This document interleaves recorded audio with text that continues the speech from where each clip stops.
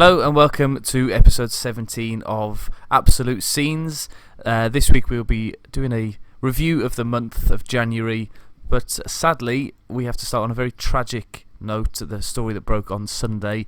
And Billy, I think you're probably the best person to guide us through who Kobe Bryant was and his importance in your sporting life, perhaps, and just in basketball in general. So obviously Sunday found out, and pretty much everyone, I think, who found out, I think it was pretty instant. I was on Twitter at the time when it came out, so I was like, this is a hoax. This is, it's terrible. What's going? Couldn't believe it. And then obviously, once it broke onto BBC on that, the actual news outlets, it had been confirmed. I couldn't believe it. So Kobe Bryant played for the Los Angeles Lakers, which is the same team that LeBron James currently plays for now. And I know, Tom, you've obviously recently learnt about LeBron James. So they're a pretty big team. They haven't been that successful in recent years. I think, off the top of my head, I don't know, but I think the last time they probably won the championships was around the time when Kobe was playing for them, and when he was there, he was a massive influence for them. He was something. Sorry, excuse me. He didn't. Who's the player who passed his points record? The same weekend. LeBron James overtook Kobe Bryant that weekend. I think it was even on the Saturday. Yeah. Or it was definitely. So he. Over his whole career, Kobe Bryant scored 33,643. I've got the statistic right in front of me, hence why I don't know off the top of my head. Points over his career, and LeBron James has overtaken him now to be the third overall. So the amount of points he's got. But to put it this way, in Kobe Bryant's last game, he scored 60 points in that game, which on average a basketball games is in the hundreds. So he scored over half of his points for his team. And that's his last game. So that's at the latter point of his career. Yeah. And he just went, do you know what? I'm just going to go and score 60. Yeah. I think it's still the record today. Amazing.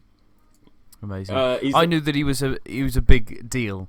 I can't remember who said it, or whether I thought of it myself or read a tweet. But when there is a sports, and there are very few sports stars who are known purely for their first name. Yeah. They are a huge superstar. People know, when you say Kobe, you know that they're talking about Kobe Bryant. Yeah. The only person I can think of similar was Sachin. If you talk about Sachin, you're talking about Tendulkar. But a huge loss and a huge human tragedy as well, with the other people involved in the accident as well. Yeah, of course. Yeah. Of course, his 13-year-old, 14-year-old daughter with a whole life ahead of her. Yeah, a huge tragedy. So I know I enjoy basketball. I love basketball. Growing up, he was a massive influence. So I've been watching the news outlets and stuff like that, and everyone has said there was, I don't know what news series it was, because they've got so many over in the States. Yeah. But it was the presenter there, and she met Kobe Bryant once, and he was such a family man. He had 3 daughters, and they were going to go for a fourth. I think it was just before he went for his fourth child, and she was asking him, "Are you worried about it being another girl?" His wife was worried that she wanted him to have a boy, and he was like, "No, I'm a girl's dad." He loved his daughters, and apparently he was said that I think his daughter was Gianna, was known as Gigi. He said that she was better than him at basketball at her age. So it's and then all the other people on board the flight were her friends and then their parents and stuff. So it's a massive tragedy. Yeah. And interestingly, because I think I sort of knew it in the back of my mind somewhere, but he of course had won an Oscar for the poem that he wrote about basketball when he left. Being turned into a short film. I don't think it was an Oscar. He won an Academy Award. No, that's an Oscar. Oh, is it Oscar? No, I've just got it up here. I was like, is that an Oscar or is it an Academy Award? For Dear Basketball. Look, we're on a sensitive subject. I'm allowed to have sorry. flew a few moments. Yeah. But yeah, just looking now, there's like he scored a career high of 81 points, the second most points scored in a single game. Behind I think if you remember back when one of the first podcasts we did, I mentioned Wilt Chamberlain and his 100-point game when we were on about individual performances. So he was, that was the only one. He's the next one down after that. Wow. He's won 5 NBA championships. He's won the MVP, most valuable player. Shaquille O'Neal, is that name? Yeah. So he Big Shaq. Big Shaq. They played a lot together. They did go their separate ways, and just before coming on, I watched. So the Lakers cancelled their game this week as a result. So yeah, and Shaquille O'Neal, they cancelled the game, but they had all the broadcasters there for the game ready, and they were talking to them, and Shaquille O'Neal was in bits, absolute, beside himself, and fair play to him to be able to conduct himself and actually talk about what was going on. But he was just saying, talking about how life was too short and he was working too hard. He's realised now he's working too hard because literally it could be, it could happen. No one expected it. So he said now he's gonna take. I know in our profession as well, Tom, teachers, it gets teachers work all these hours in the day, and he was saying, he's now realised he's gonna take a step back and make time for other people and stuff. So it was. At least a lot of people now will look at themselves and go, right, wow, I need to like Shaq was one of them. He said he's now, because of this, going to make massive changes in life. So, well, people learn from things, don't they? And there was a coincidence that happened with me. I think it was on Saturday night. I spent 2 hours listening to a documentary about Hansi Cronje, the South African cricket captain, who was banned from cricket for life for match fixing, but was on a sort of path to redemption, yet died very, very suddenly in a plane crashed to the side of a mountain on, I was listening to that on Saturday night, and then the news came through on Sunday evening, our time. But anyway, very, very sad, but and our thoughts, of course, like everybody else, is with his family, who must be in absolute pieces. But just before we move on, just because I retweeted it out, and I'll probably retweet it out on our podcast thing after. There's a clip which shows like the highlights of Kobe Bryant's, and everyone compares him to Michael Jordan, who again, I know him. Jam. You know him, Space Jam, and literally, it's almost a shot for shot. You can see they've like cut them together. I don't know if you saw I posted it, but I'll retweet it out, and that show, for those of you who don't know who Kobe Bryant is, I think it shows just how influential he was and stuff. But moving on. The idea of this week's podcast is that we're going to be having a look back over the month. So we're going to get into a pattern of doing 4 podcasts in a month. First podcast is going to is going to be a film review. So I think we're doing Coach Carter and The Edge and something else, which is mine. Talladega Nights. So they're the 3 films that we're looking at next week. Then we're doing a sort of university retrospective, which is only for our own selfishness, but anyway. And then the third and fourth one are going to be sort of more sport-based, but they're all going to have a sort of sport taste in all of them anyway. So if that's why you've subscribed, and as well, we've mentioned Twitter, follow us at ScenesPod on Twitter. Thank you. I left that to you because I couldn't remember what it was. We need to do that in the first couple of seconds. But anyway, so Billy, you've written a list of things, haven't you, of key events? So what I've done, I'm obviously the more productive one or proactive one of the two of us. Because he's a secondary school teacher and I'm a primary school teacher, and I have a lot more work to do. And I'm a PE teacher, so I try to talk about things in my class which are happening as they go on. And so I made like some notes as things were happening. So they are mostly in order of relevance. Obviously, we're doing this on the 29th of January, but I better put that in case you are listening. So the transfer window is in the Premier League and England, Britain, still open. So we may miss some major deals. Breaking news, I'm going to the Wolves training ground tomorrow. And Wolves should be signing somebody tomorrow. Tom Rouse? Is it Tom Rouse? Are you going for a medical? I am definitely going to tweet pictures of me entering the training ground. I'm going at about 4 p.m, so I'm hoping that we're supposed to be signing this Daniel Podence from Olympiacos. Tomorrow, I think he's been here for a medical today. I'm going to the training ground tomorrow. I'm doing it to do a risk assessment, but spoilers. Some spoilers for everybody who sees my tweets and goes, "What's Tom Rouse doing there? Is he going to announce the new sign-in? Oh my gosh!" So yeah, we'll see. Not to do. You're not going to go on deadline day. The lady I was emailing, she said, "Would you like to come and do a recce, for the trip?" I said, "Yeah, that would be great." Well, I can only come Thursday or Friday. I didn't realise that Friday was deadline day at the time. And then when I was emailing it today, I initially put Friday, but then I thought that would be so cheeky to just be, can I just come around on deadline day when there's going to be media everywhere? They'll pull it. Unfortunately, I've only got a Fiesta, so they're not going to be like, "Oh my god, it's a new signing." They're going to be, "Oh, it's some prat." Your claim to fame, though, Tom. Yeah. But anyway, going back to like I said, they're sort of in a succinct thing, and we'll have a little chat about them. Some things we'll talk probably a lot more. Sorry to stop you there, Billy. Manchester United have just scored. Nemanja Matic has made it 3-2. Game on. Carry on. 3-2 aggregate.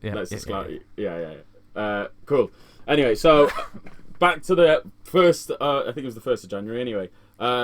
Peter Wright beat Michael Van Gerwen. I think you probably know that name, Tom. Yes, because they sing his name to Seven Nation Army. To win his first World Darts Championship. So it's his first one. So it's his pretty. First one? Peter Wright? No, Peter Wright. Yeah, Peter Wright's Peter first Wright's one. I thought who was the one who beat Phil Taylor in his last game? I should know that. I remember watching that in the bath. But the name escapes me off the top of my head. It will come to me later on, and I'll just scream it out. Anyway, carry on. Carry on. Send us your answers on a postcard. Yeah. And Peter Wright has got the nickname Snakebite because he's got a Mohican, that one, is he? Which he cut. He colours his hair, and then he's got a paint of a snake on the side of his head, which is, I think, what haircut you should go for next. Yes, that's what I'm thinking. The PDC is the one which is the professional one, which is where all the money is. Similar, and there was the first. Then I think the week after, or not long after, there was the BDO World Championships, which was won by Wayne Warren, and he was the oldest player to ever win it. And then the women's championship was retained by Mikuru Suzuki. She's sponsored, or that's just her name? I think that's her name. But that made a lot of headlines because the prize fund was massively reduced because of only 15% of the money would be 50%. Only 15% of the money would be allocated, or because of the ticket sales being so low. And that was announced on the 30th of December, and I think the tournament ended. I think it was literally days before it started, so people were pulling out or saying what's going on. So that was a massive news at the end of last year, and it was announced then this month after it had been finalised that the men's championship had dropped from 100,000 to only 23,000, which doesn't seem, it's still a lot of money, but they're part-time. They're not professional darts players. They play it part-time and obviously give up a lot of their time travelling. So 23 grand for the winner. That's just the winner. So obviously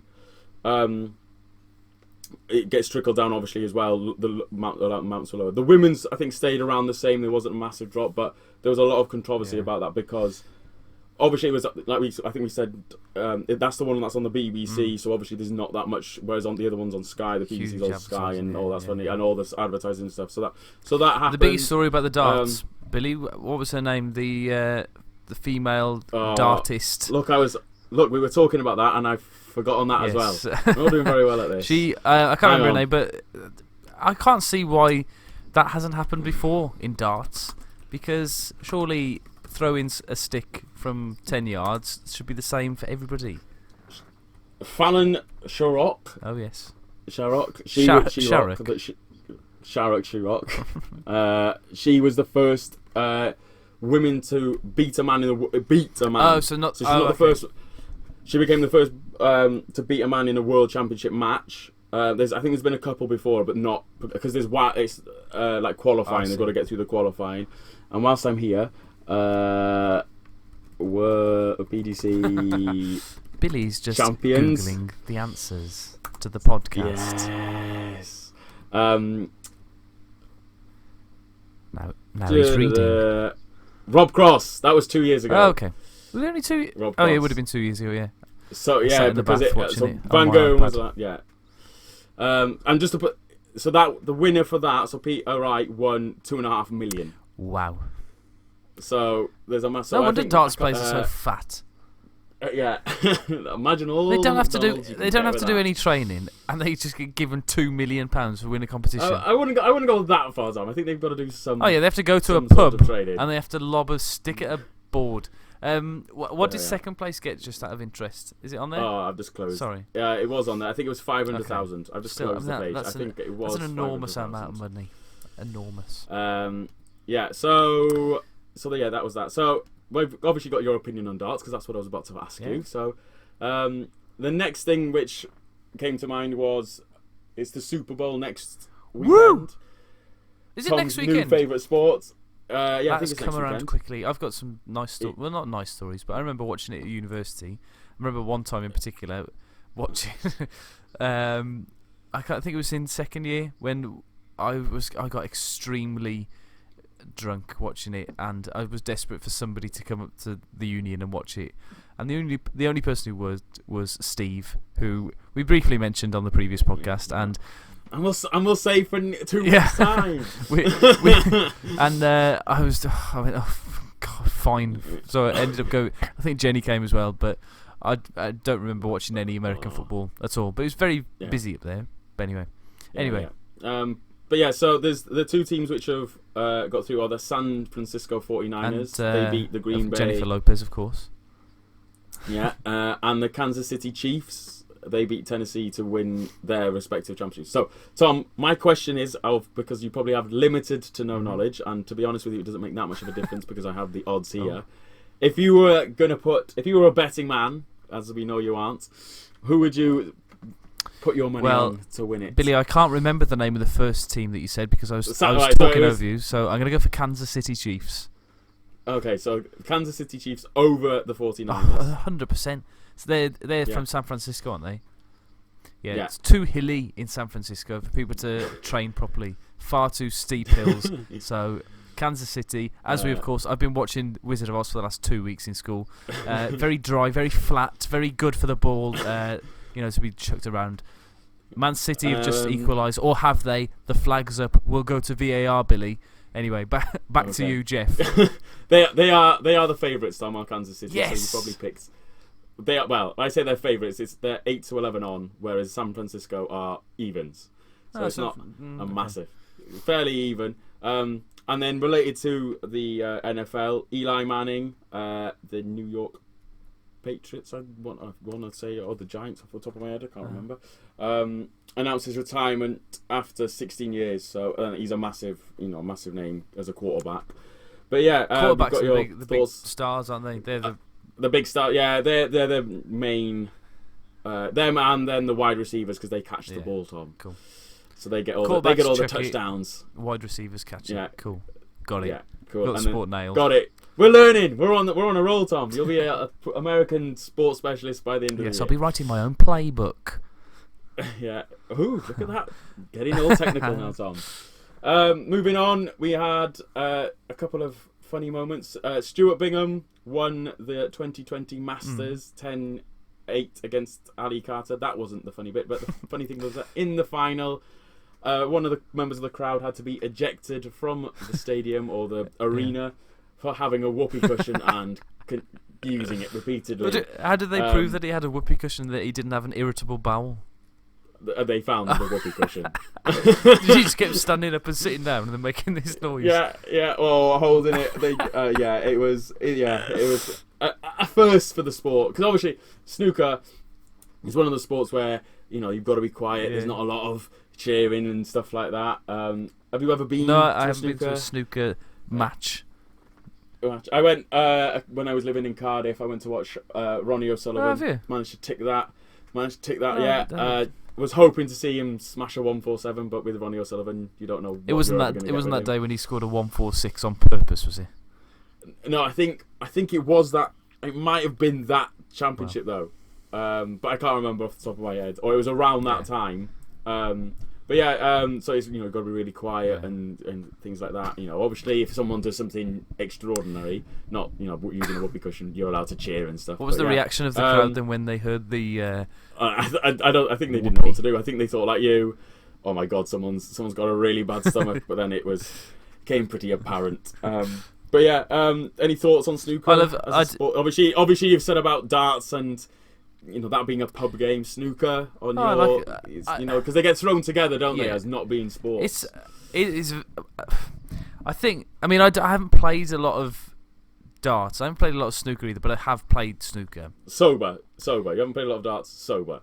I don't think I've. I can't remember playing darts, so who knows? But snooker, it looks so easy when you watch it on the telly, and when you play it on the Xbox, Billy. We know it increases in difficulty a little bit, but then it's when it gets to actually playing, it is really hard, really, really hard. Yeah, well, we've played. I think when I came up to see you, not long. I think it was before you moved into your current house. Right. I think we went to a snooker hall or a club.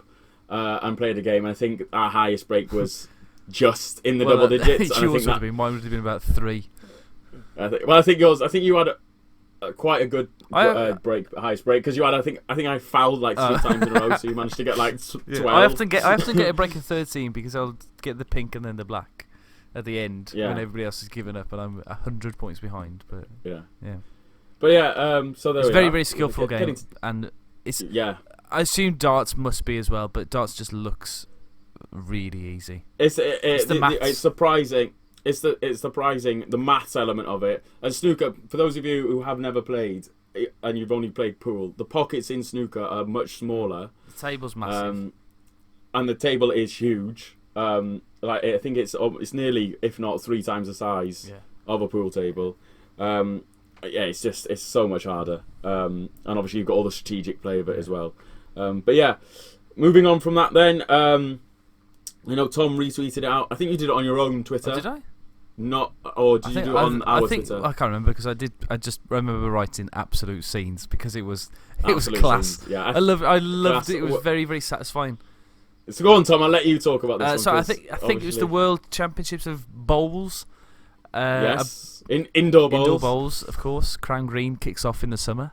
And I couldn't tell you the nationality or anything about this chap, but it was a clip from BBC Sport, and from I don't know what you call it, but the area where all the bowls were was quite crowded. The technical terms are coming out. Is it the king? Is that what the pin? I couldn't tell you. The main one was the one they're aiming for.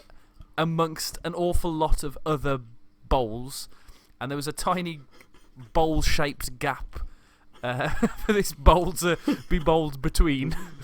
And this chap bowled this bowl like he'd never bowled a bowl before, and it curled round vertically through this gap and then rested right by the pin. And there were limbs everywhere. People were running on the green, screaming, tops off everywhere. It was like Villa Park last flares night. Been set off and all sorts. It was absolute carnage. Did you also see the clip of, I don't know if it's the same chap, but some man walking out, and it was Insomnia by Faithless was playing. I don't know if that was his genuine walkout music, but it was. Everybody was just politely applauding, like really, really gently, and then it was.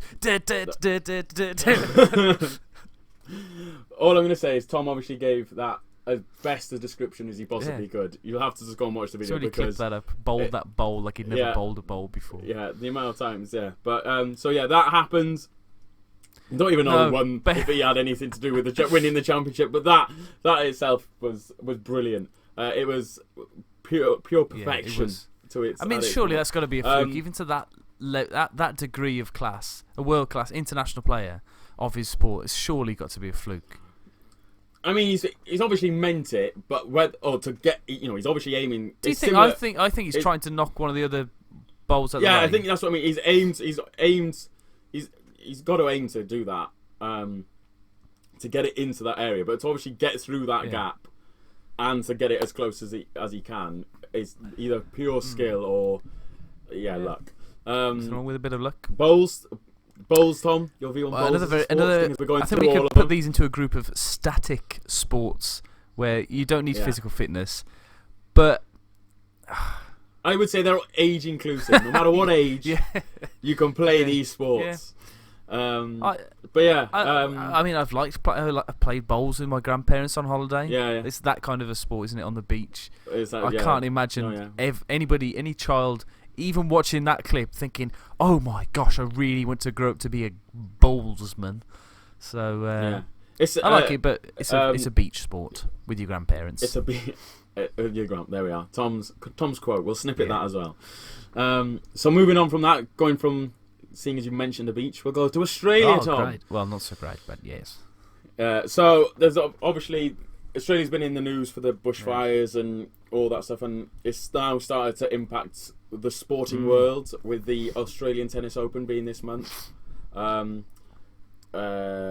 It's causing the air to be polluted, and people have been complaining about the quality of air. Funny you should mention it, because I've watched quite a lot of the Big Bash, which is the Australian 2020 competition, because it's on every morning before work, which is quite nice to watch. But they haven't mentioned it at all. No, as far as I'm aware, the commentators haven't particularly mentioned it, and the players haven't gone off for bad air or anything like that. In what I've seen, I might be wrong because I haven't read, every article about it. But I don't know whether. I don't know whether they're closer in the Arthur Ashe Stadium, where the tennis is being held, or what. I don't know, but it's affected tennis more so than cricket at the moment. Serena Williams, I think, was one of the main players to complain about their performance in it and stuff. There's been various others as well. I might be wrong in saying this, but I think was Federer criticised for not taking it easy. I'm doing air quotations for anybody listening. Well, you're all listening. I say you all, people. For not sort of sympathising with his opponent in one match. Off the top of my head, I couldn't tell you. I'm sure somebody mentioned about. But there's been a lot. There was literally, when I was looking this up, there was literally, we could have spent a whole podcast talking about this and all that stuff. The 15-year-old, Coco, can't pronounce her. Coco. I think it's Coco. Managed. She won again. She had another. She surely can't still be 15. She must be nearly 16. Or 16. She's getting closer. She's getting closer, Tom. I can tell you that by the time that Wimbledon comes around, she will be 16 because she was 15 at the last Wimbledon. Yeah. But she didn't reach the quarter. She failed to reach the quarterfinals of another major tennis tournament. Yeah. So she's still waiting to get to that, that breakthrough. But yeah. I'm not going to ask you what you think of tennis, because otherwise this podcast is literally. Is it a sport or not?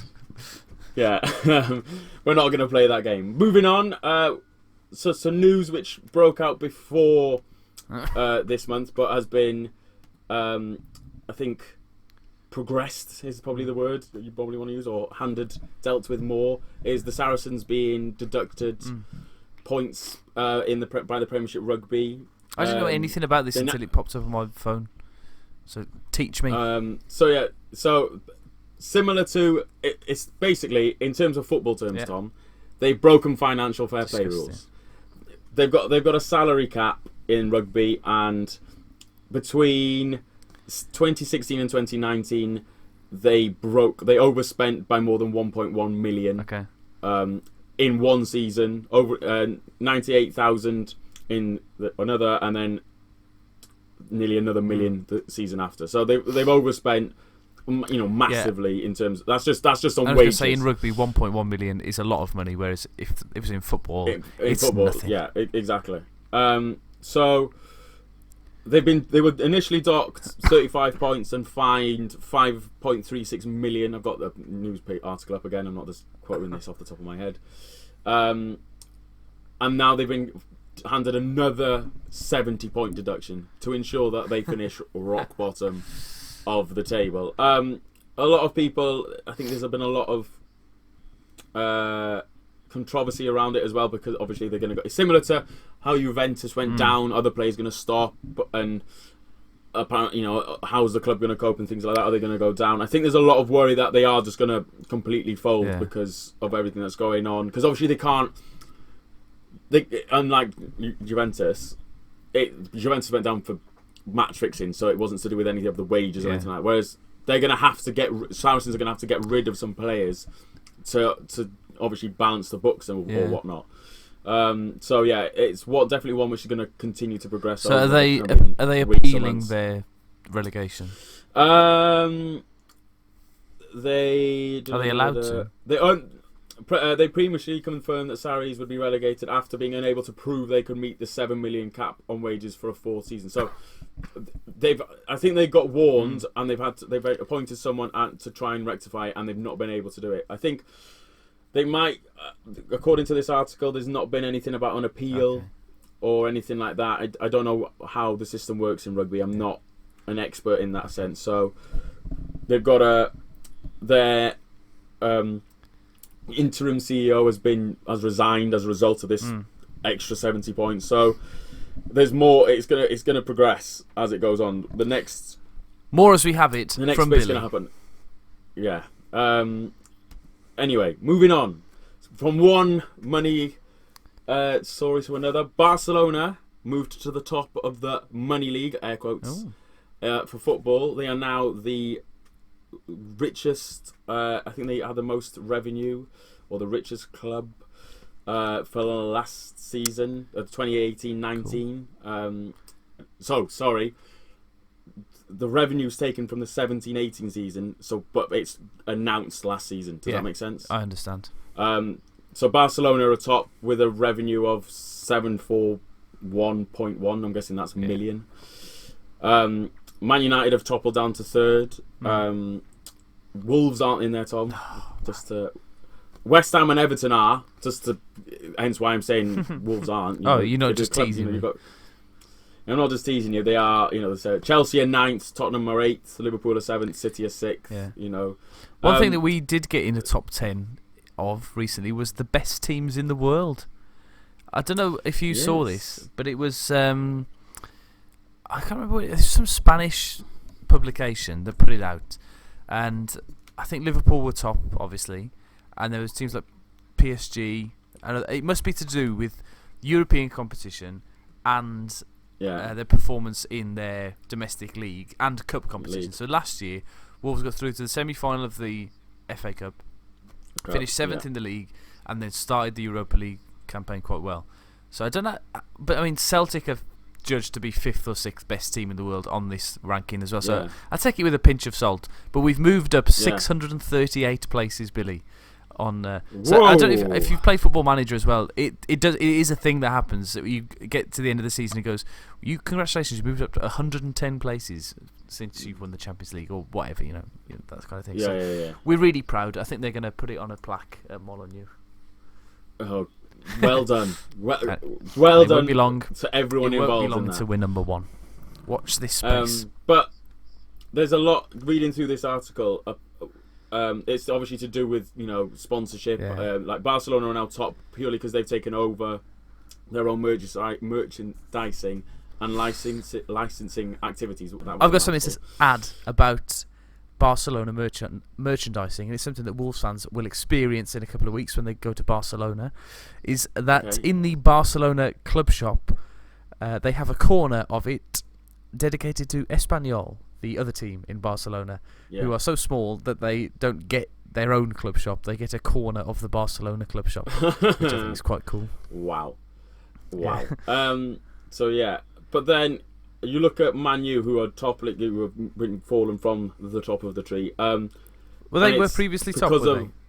Yeah, previous years they've fallen. Their revenue's going down, and it's partly to do with them failing to qualify for the Champions League. Broadcasting deals are obviously, getting shared. So it's near enough half of the Premier League clubs is made up by that. And it's to do with, obviously, other clubs like Liverpool now, the success, and obviously sponsorship in Britain, I think, is more fierce. Whereas you look at Spain, it is predominantly the two clubs that get the majority of the TV and stuff like that. But I think the surprise of it, and I'm not just saying this as a Chelsea fan, was Spurs being the top team in London. The new stadium, isn't it? It's to do with the new stadium, as was a main thing of it. But I'm trying to they haven't spent any money on transfers for about 3 years. Yeah, or they've sold all their players, and it's to do with like you say, they've got more sponsorship now and stuff to do with the stadium. Juventus obviously have climbed up because of Ronaldo. Yeah, but it's one to what. It's nothing major. It's nothing. You don't get anything for it, but it's just interesting to see how the rich clubs are increasing their gap. So just in comparison, Napoli, who are 20th. They're 182.8, whereas Barcelona has 741. Yeah. So there's a massive gap between even the top and the 20th. Linked to that, obviously Barcelona sacked their manager. Very this peculiar. Month. That was. Yeah. There's been talk, I think, for a while about it. Well, they are top of La Liga, aren't they? And they're doing well in the Champions League and stuff like that. So it's not like it was coming at all. I think they got through in the Champions League. I think the performances weren't to the standard that they were happy with the board. They're top of La Liga, but again, I think it's if you took Liverpool out of the Premier League, I think it's that sort of the top of the Premiership. Sort of, that City are second, but everyone's underperforming. It's that sort of thing. And they've appointed somewhat not unknown manager in terms of in Spain. I hadn't heard of him. Well, he wasn't expecting it either because he said he was like walking in a field or something, and he had a phone call saying, "Fancy being the manager of Barcelona, do you?" And he went, "Okay." Yeah.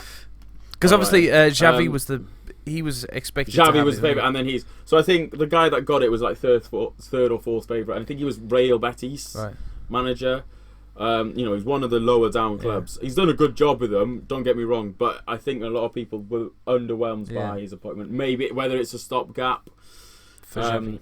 And for Xavi, Pep's obviously linked to go back with everything that's going on at City, or Poch, or Solskjaer, one of those big names. Solskjaer. I had a chat with a Man United fan the other day, and he was saying that Solskjaer is the right man for United. He was adamant that obviously, and we can talk about it now. Woodward having, apart from having an awful name, as having a bit of a shocker now, we're having flares thrown at his house, which is terrible, and I don't condone at all. Oh no, but, of course. If you do a bad job, you got to expect bad things to happen to you, i.e. the sack, which I think inevitably he and Solskjaer will both get. I think it is, just before you carry on, it is a club thing rather than just Solskjaer might not be doing his best, but they've got it. It can't just be you've gone through the manager they've gone through. It's got to be time someone else gets the sack. But this United fan was saying that Solskjaer, he's definitely the right man. He's just not been given the resources. But I said, what credentials does he have to be not even just Man United manager, a Premier League manager? He's relegated Cardiff from not an awful position when he took over. They were savable. Mould are now the top of the Norwegian league for the first time in 7 years, and guess who's been the manager, Billy, for the last 7 years? Ole Gunnar Solskjaer. I think he's rubbish, and I'm really glad. I'm really pleased about it because it means that we might finish 5th. Because if they keep him, that no big players will go there, and we'll finish 5th because we're amazing. So we're probably going to go on to it towards the end of the podcast anyway. But it was my birthday this week, and I got a birthday card from my Uncle David, who I know has at least attempted to listen to the podcast. So hopefully he has managed to listen to it. But he detests Man United with a burning passion. Literally anyone but them. And my birthday card always has something to do with it. And within it, I'm recording now. I can't get the card because I didn't know we were going to talk about it. But within it, it said within this card is what every football fan ever dreams of. And then as you open the card, it goes Man United 0. So yeah, it was one. Every year I get something to do with him. But that being said, one year they did buy me for my birthday. It might have even been my 18th. They bought me a George Best Man United top, which I was shocked when I opened it. George Best Man United top? Yeah. I've never seen you wearing that. No, that's for very good reason. Yeah. But there are some players that it's everybody... a sweater. Oh, I see. It's a sweater sort of material. Hence why you haven't seen me wear it, because it is roasted. Okay. Yeah, there's some players that have played for Man United that you think, actually, they're okay. George Best's been one of them. Just like if they're a bit of a... Like Roy Keane, I think everybody likes, because he's not like, oh, Man United. He's like, F this, F that. I'll kick Alfie Inge Haaland until his legs break. But yeah, anyway, back to this month, and we haven't mentioned your man, Tom. Yeah. Well, for nearly how long have we been recording? 40 minutes. 40 minutes, and we've not mentioned your big man. So I'll let you take centre stage. Yeah. So settle back. So for the last 20 minutes of the podcast, it'll be the Ben Stokes 20 minutes. Basically, he's amazing still. He won the Man of the Series for the tour of South Africa, which didn't start very well. They lost the first Test match due to illnesses, basically. Which, as you can imagine, Billy, when you've got a stomach bug going around in a cricket team where they wear white trousers, that's why they weren't allowed to play. Basically, if it had been one day internationals when they were wearing colour clothes, they would have played.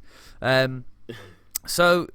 Yes, Ben Stokes was pretty good in the I think was it the Port Elizabeth Test match or the Cape Town Test match? I'm going to go for Cape Town Test match, where England needed to take 5 wickets in the last session. South Africa were desperate to hang on, and they took 3 wickets. Stokes took 2 wickets in 2 balls, and then eventually took the last one later in the day. And his batting as well. He won that Test match with a very, very ferocious 72. Very quickly scored. But it's been good to see some of the younger players break through into the squad. Players like Dominic Sibley, Zach Crawley at the top of the order, because England have struggled for a long time to have good batsmen at the top of the order, but they've found people who can stick about a bit.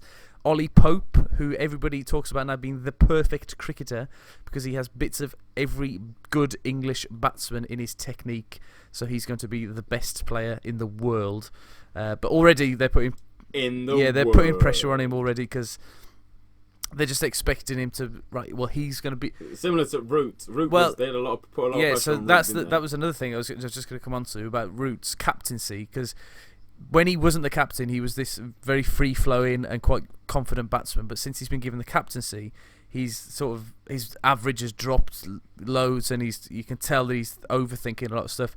But this tour, he's been quite consistent, at least, and has captained a lot better. He's made some good decisions when they've been in the field as well. So hopefully we're getting back on track, because the Test match game has been put on the back burner for quite a few years now, because they wanted to win the World Cup, which they did, and now it's to try and win the Ashes back again. So that will be next winter, I think it is, 2021, 22. 2022. I'm telling you, I'm just doing it in a way that's trying to be inclusive. So it's next winter where they. Yes, Tom. Tom. Next winter. And they haven't won it, of course, Billy, since 2010-11, when I briefly mentioned it previously on the podcast, when I stayed up all night and watched it every day. So obviously that's what you've got to do for them to win it again. And there was one very good moment as well. The Cape Town Test match. It was the first time that England had won there since the 1950s. It's a little bit skewed because they didn't play South Africa in any sports for 20, 30 years as well. So yeah, since then. So yeah, no, they haven't won any games in that at that venue. It's a beautiful venue as well. Lots of England fans decided to go there because it is right in the shadow of Table Mountain. If you ever saw any of the footage, it was spectacular. But anyway, that's cricket done. England are amazing. One-day internationals next month, which we will inevitably lose, and we'll be back to feeling miserable. Back to you, There Jeff. we are. We've had Tom's rant about Ben Stokes. That's not right. Yeah. Anyway, so slightly back, not to go back to a somber note, but just more news that got broke I think yesterday, was that Cardiff have passed on details to the prosecutors in France to consider whether Nantes has a case to answer for over the death of Emilio Sala. That happened this week. Basically, were Nantes to blame for it all, so that happened. I'm not going to spend much time on that because we have spoken about it on a previous podcast. Not for us to speculate either. Yeah. Other things which have brief, just to summarise up, because these have happened today. What's his name? The Australian rugby player. Folau, Israel Folau. He switched codes. He's been signed. Yeah, he's signed for is it Rugby League, Rugby Australia? He's been sacked by Rugby Australia, and he's signed for the Catalans. Why is that a big deal, Billy? What's the story there? Because he was slated or was openly not racist, homophobic. Racist to homosexuals. Homophobic on social media last April. He's a very big Christian. He's a massive religious man. And one of the rugby league players was the first Britain's first openly gay rugby league player. Has come out today and said he's found the decision disappointing and frustrating, which is. I always find it funny when people like that say disappointing about a really aggravating thing. I just find it really disappointing. So yeah, well that's obviously just broke out.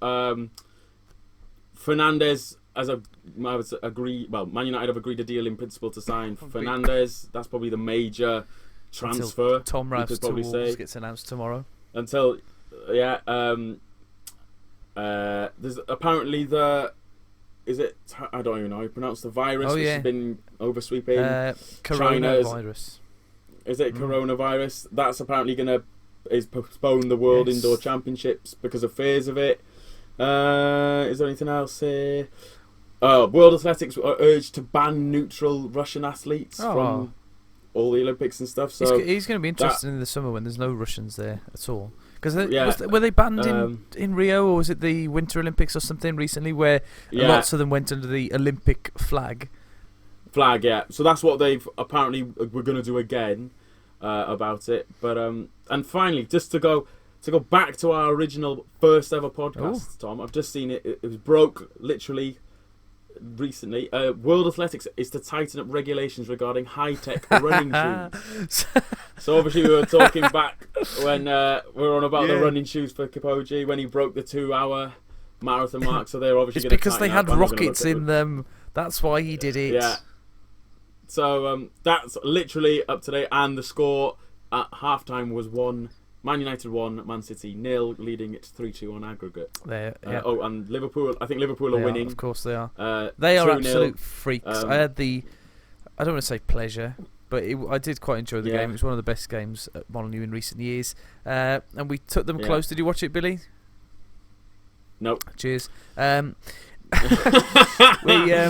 We played so well, and we had so many good chances. Liverpool have just scored again, by the way. Oxlade-Chamberlain 2-0.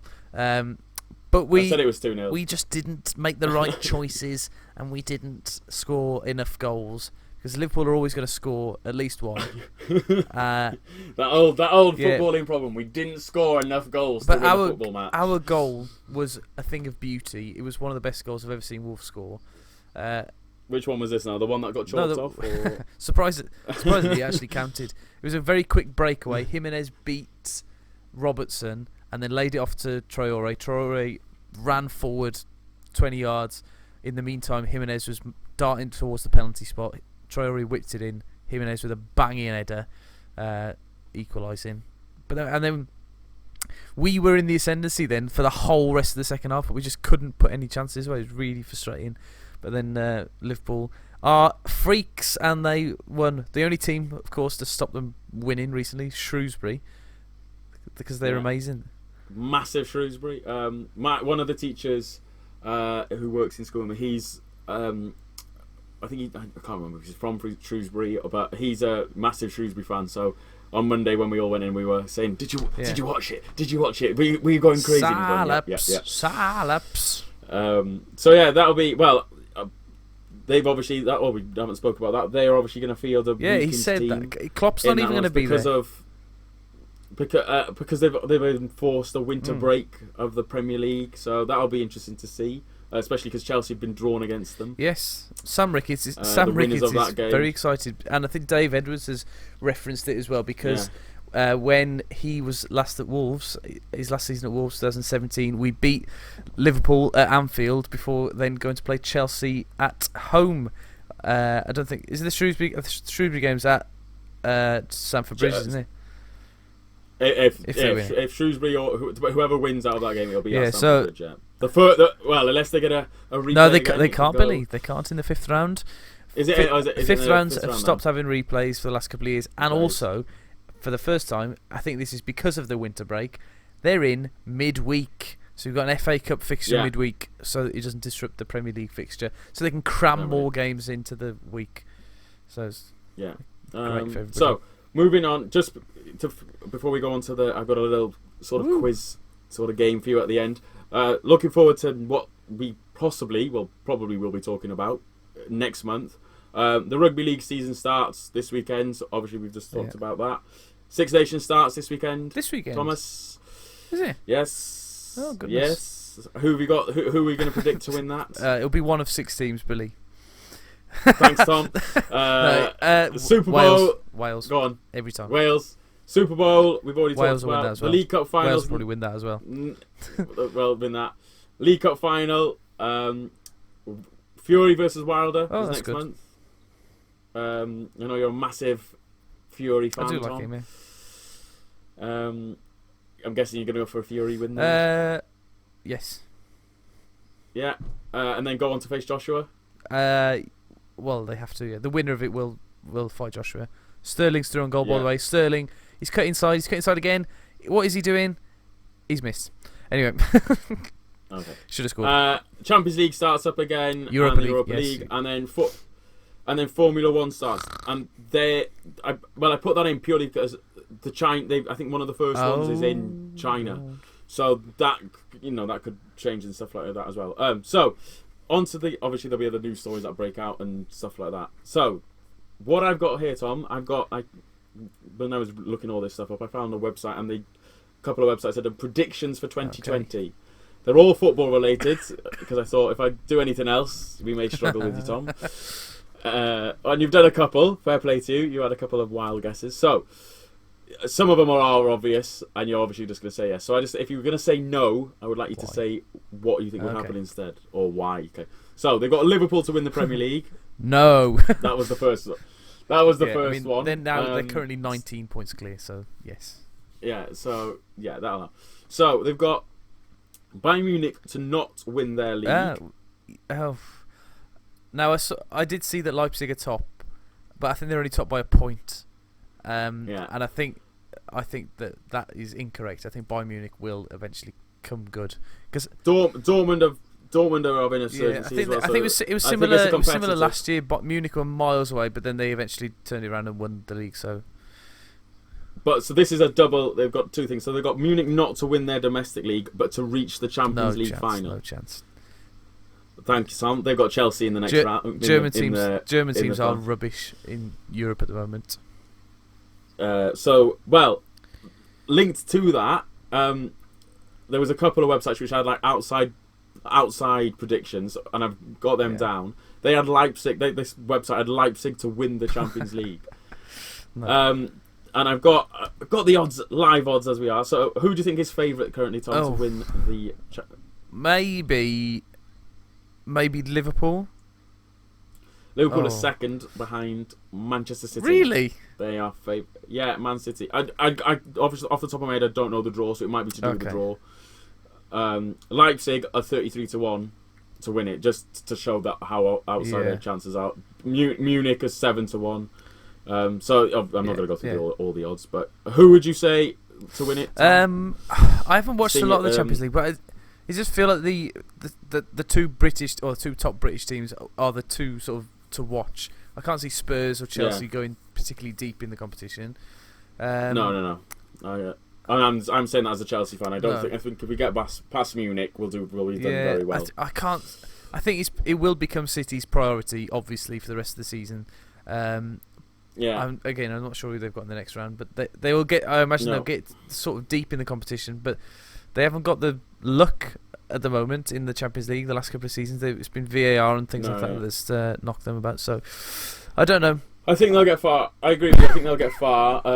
Obviously, it depends on the route as well. You know, it could end up that they both play each other in the semi-final, and then you know. I hope that the final is better than it was last year, because the semi-finals were amazing, and even the City Spurs quarter-final was fantastic. But then it sort of petered out towards the end of the competition. I hope it comes to a climax in wherever the hell the final is this year. Where is it? So linked to that, the final. I don't know. Not interested. Are you as a Chelsea fan, because you know you're not going to be there.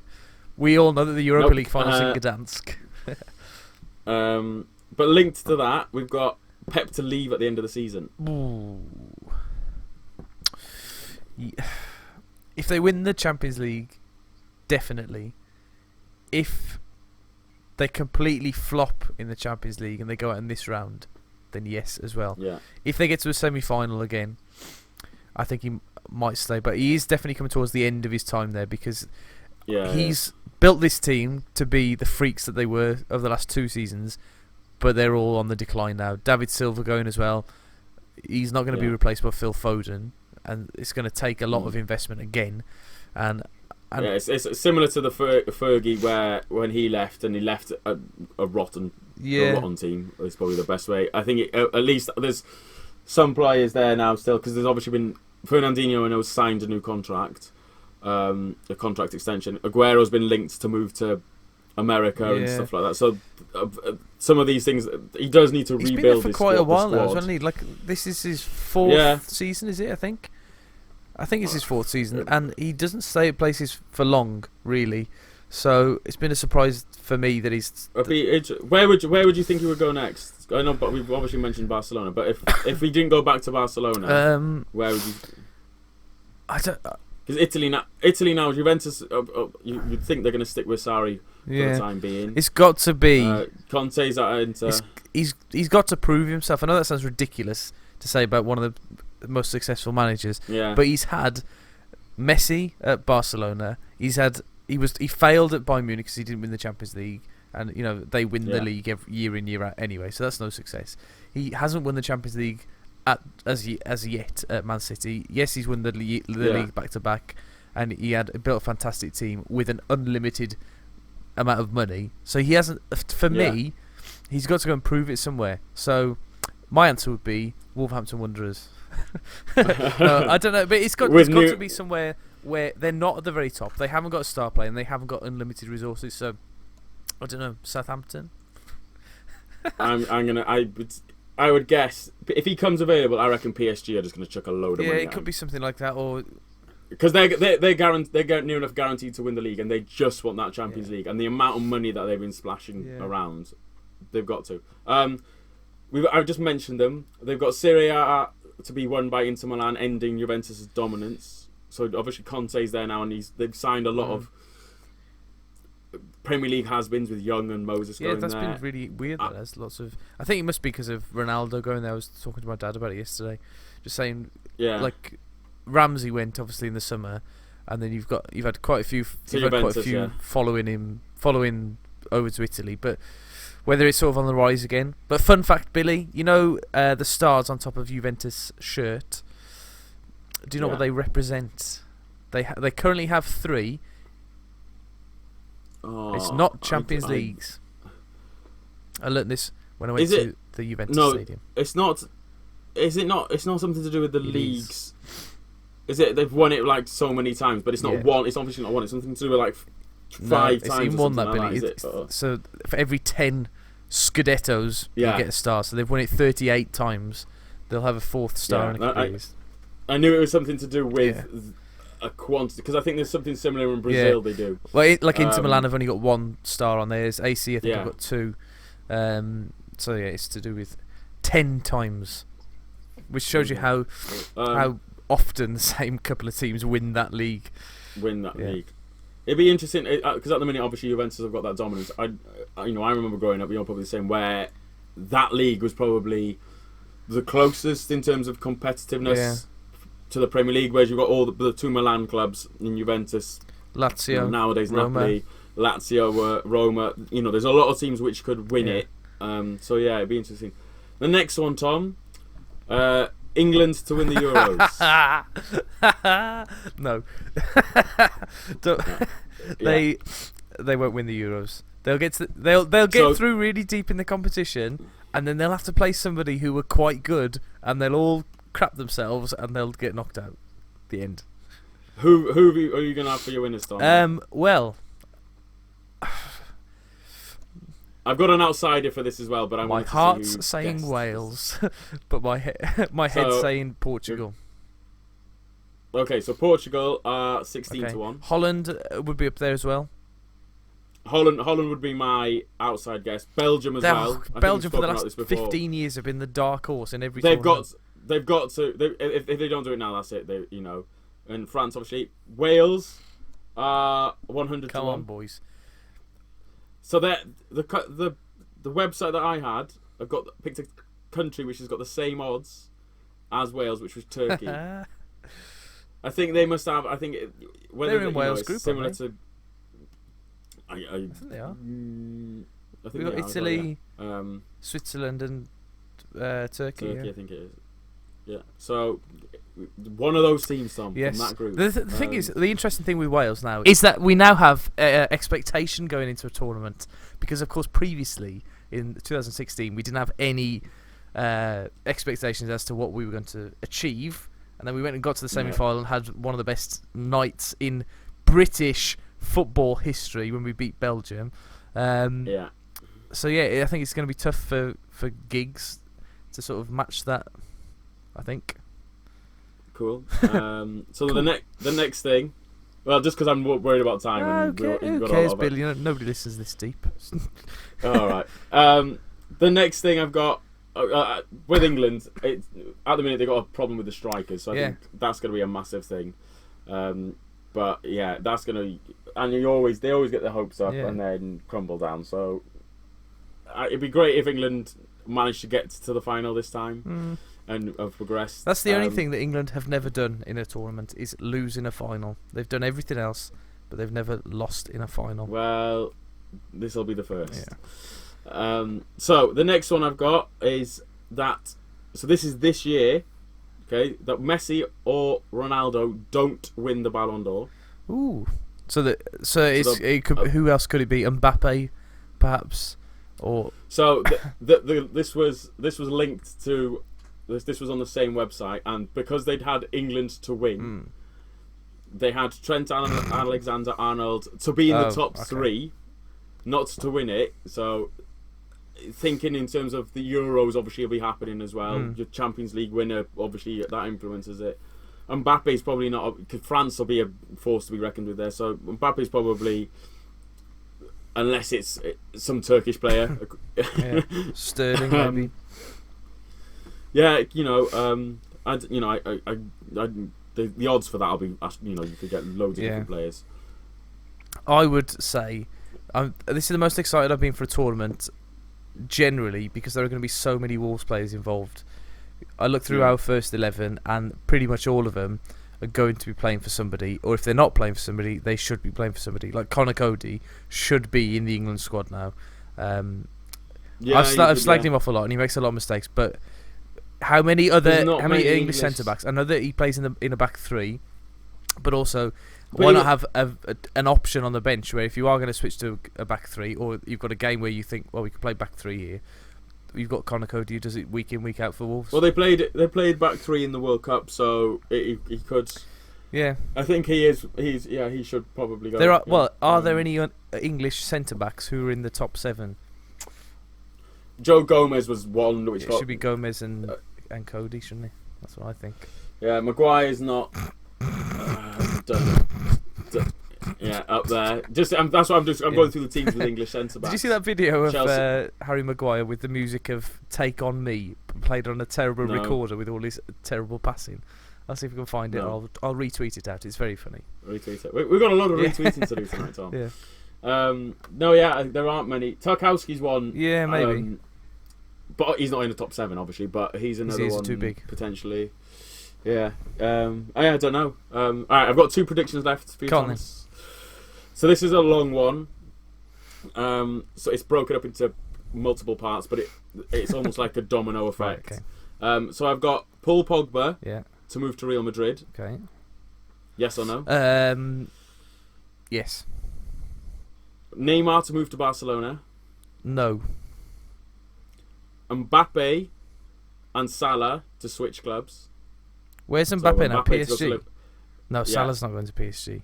No. Okay. And then the final one is Jadon Sancho to go to Manchester United. No.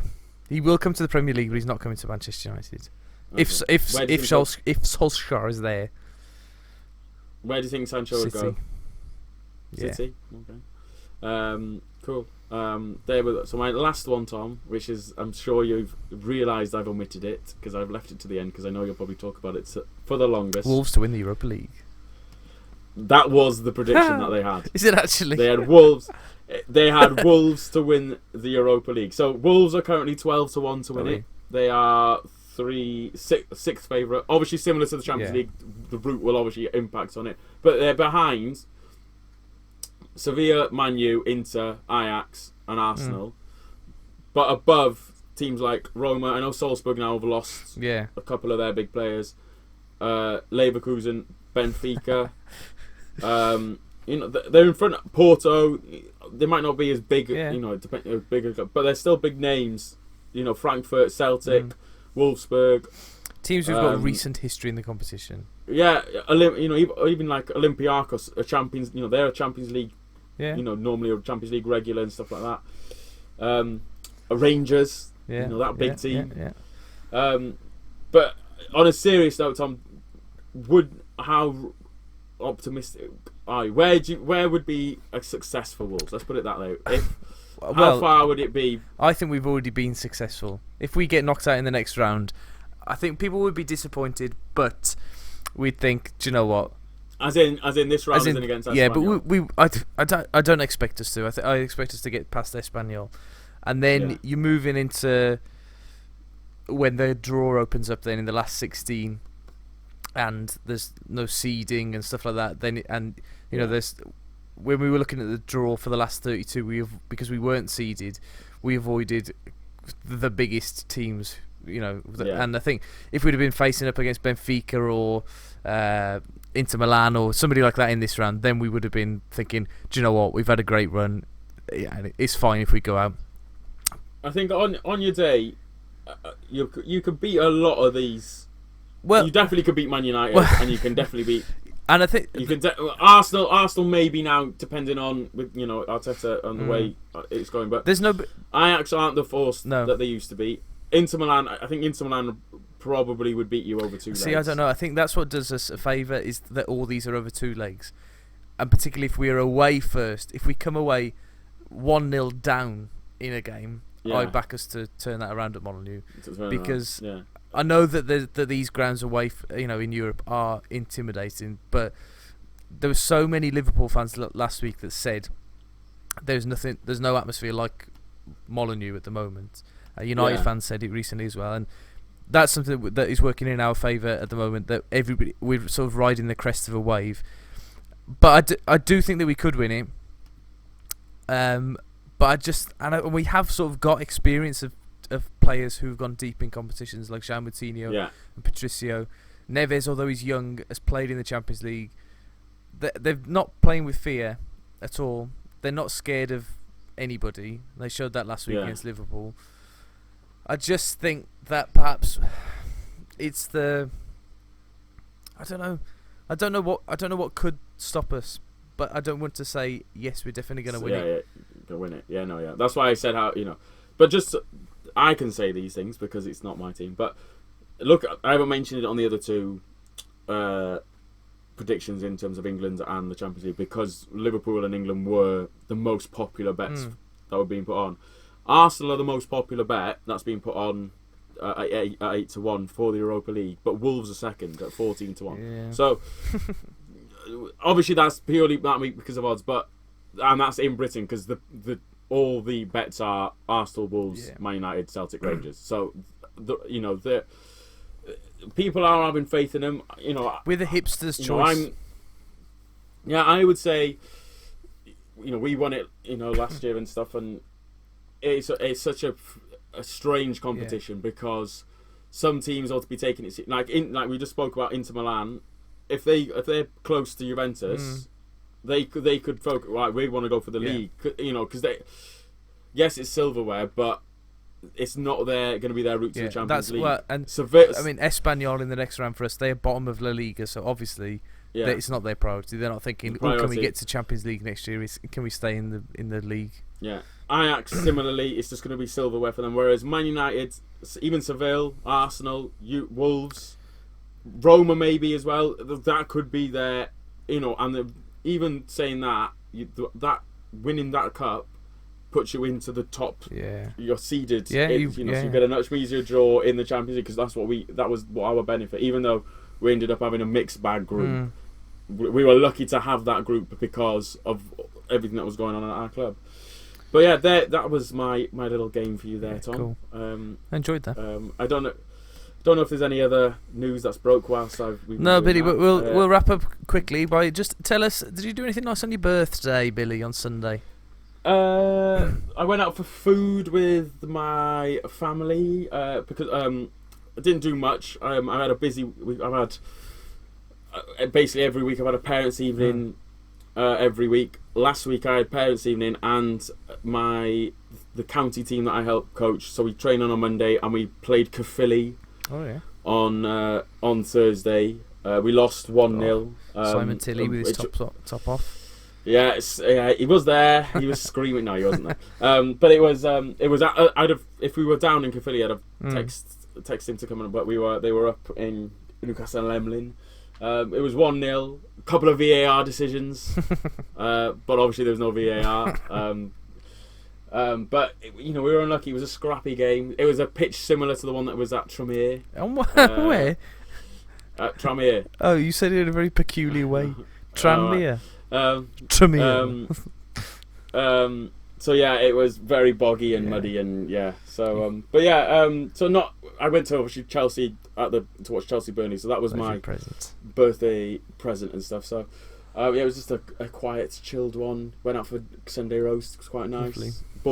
I bought a new bag. I bought a new bag. I got a new travelling rucksack, so smaller than my massive big one. It's this one it's almost like a week one. So next time I come to visit Tom, you'll be able to see it.